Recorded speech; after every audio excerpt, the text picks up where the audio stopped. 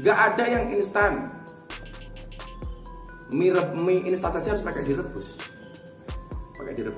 Tapi juga tidak semuanya kemudian pasti ini kalau kaya cepat ini pasti nggak bener juga, enggak. Saya pikir kayak Mas Gilang itu kayaknya normal karena fundamentalnya ada dan tangible, terlihat, terukur. Makanya saya sendiri ketika ditanya itu uangnya siapa, ya uangnya Gilang sendiri lah. Uangnya siapa? Saya pikir kecurigaan yang tidak beralasan, kemudian tuduhan-tuduhan yang itu ya akan hilang dengan sendirinya.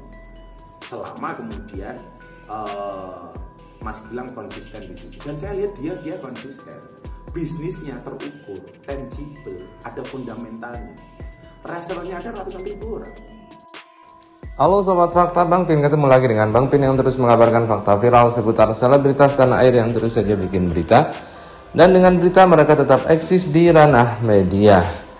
Kali ini ada berita gawat guys, yakni ditantang Gus Miftah buktikan kekayaan Juragan 99, Nikita Mirzani diam, proses bukan protes. Hal itu kita lansir dari Sriwijaya Post. Nah, bagaimanakah Gus Miftah sampai nimbrung dengan Nikita Mirzani? Padahal keduanya ini jauh, maksudnya dua bidang yang berbeda. Yuk kita simak saja kupas tipis-tipisnya di Fakta Bang Pin kali ini. Like, subscribe, dan komennya ditunggu, dan jangan lupa selalu ada doa dalam setiap lentikan jarimu.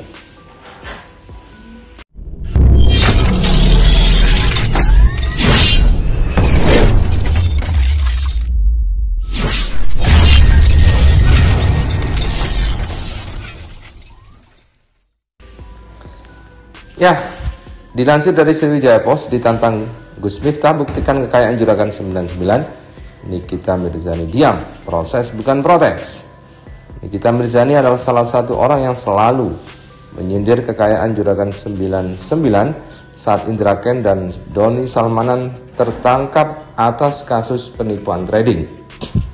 Ia selalu menyindir kekayaan yang dimiliki oleh Juragan 99 bersumber dari penipuan trading layaknya Indra Kents dan Doni Salmanan, serta ada dugaan juga dari pencucian uang. Ditambah lagi saat private jet yang dahulu diakui Juragan 99 miliknya, ternyata bukan. Nikita Mirzani terus menguliti kekayaan yang dimiliki oleh Crazy Rich asal Malang tersebut. Hal yang dilakukan Nikita Mirzani ini pun mengundang banyak orang yang akhirnya juga berpikir negatif atas kekayaan yang dimiliki oleh Juragan 99. Melihat hal tersebut, Gus Miftah, salah satu pendakwah yang juga sangat kenal dengan Juragan 99 pun angkat bicara. Menurut Gus Miftah, tidak semua orang yang bisa kaya dengan cepat adalah hasil penipuan atau pencucian uang. Ya, nggak ada yang instan, tapi juga tidak semuanya kemudian pasti ini kalau kaya cepat pasti nggak bener, nggak juga. Saya pikir kayak Mas Gilang, Juragan 99 itu normal kok, karena fundamentalnya ada, kata Gus Miftah dikutip dari kanal YouTube Nitnot, Senin 4 April. Ya, nggak ada yang instan. Mie instan saja harus pakai direbus. Tapi juga tidak semuanya kemudian pasti ini kalau kaya cepat ini pasti nggak bener juga, enggak. Saya pikir kayak Mas Gilang itu kayaknya normal karena fundamentalnya ada. Menurutnya Juragan 99 tidak bisa disamakan dengan sosok Crazy Rich yang beberapa waktu yang lalu ditangkap polisi. Hal ini dikarenakan kasusnya berbeda. Gus Miftah justru berharap Juragan 99 dapat menjadi inspirasi sehingga banyak generasi muda yang bisa sukses dalam bisnis. Selain itu, menurut Gus Miftah juga banyak artis-artis yang juga memiliki barang mewah hasil endorse atau sewa, dan bisnis yang dimiliki oleh Juragan 99 sangat nyata. Jika ada orang yang nyinyir dengan kekayaan yang dimiliki oleh mereka, itu yang harus ditanyakan. Gus Miftah pun menantang orang yang menyindir kekayaan Juragan 99 untuk membuktikan bahwa memang hal itu dilakukan dari pencucian uang. Jika tidak terbukti menurut Gus Miftah orang itu yang tidak mampu seperti Juragan 99. Bisnisnya Gilang itu bagi saya nyata. Karena saya tahu, saya lihat proses penjualannya, saya tahu pabriknya dari hulu ke hilir.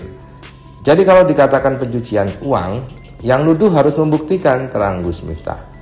Kalau enggak bisa membuktikan, ya sudah, kenapa kita ngiri dengan kekayaan orang lain? Justru saya melihatnya tuduhan itu karena kita tidak bisa kaya seperti dia, lanjutnya. Makanya saya sendiri ketika ditanya itu uangnya siapa? Ya uangnya Gilang sendirilah. Uangnya siapa? Saya pikir kecurigaan yang tidak beralasan, kemudian tuduhan-tuduhan yang itu ya akan hilang dengan sendirinya. Selama kemudian Mas Gilang konsisten di situ. Dan saya lihat dia konsisten. Bisnisnya terukur, tangible, ada fundamentalnya. Resellernya ada ratusan ribu orang. Jadi kalau kemudian itu dia sendirilah katakanlah dibandingkan dengan yang lain, saya pikir juga nggak bisa. Atau katakanlah disama-samakan dengan kawan kita yang tersangka, ya nggak bisa. Nggak bisa. Kalau saya justru kemudian berharap tokoh-tokoh muda seperti ini di Indonesia akan semakin banyak, tapi dengan bisnis yang nyata loh ya. Seperti bisnisnya Mas Gilang itu kan nyata dengan Sandi. Saya pikir nggak ada masalah. Tak hanya itu, Gus Miftah pun meminta semua orang agar melihat seseorang dari suksesnya, melainkan dari proses yang dilakukan. Hal ini dikarenakan menurut Gus Miftah, orang yang sukses dilihat dari proses, bukan protes. Makanya, jangan lihat suksesnya, tapi lihat prosesnya.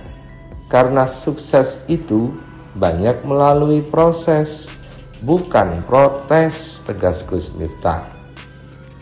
Ketika Gus Miftah sudah angkat bicara dan menantang Nikita Mirzani yang semula mengkuliti kekayaan Juragan 99 tidak menanggapinya.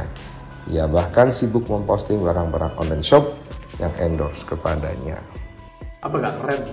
Coba kalau semakin banyak pengusaha-pengusaha muda di Indonesia seperti itu. Maka kalau saya melihatnya adalah lihat prosesnya, jangan lihat suksesnya.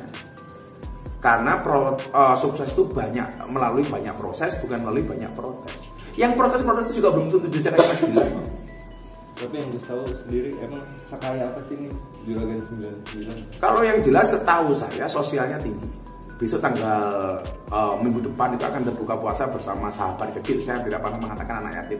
Sahabat kecil Gus Miftah bersama Mas Gilang dan Mbak Sandi di pondok saya.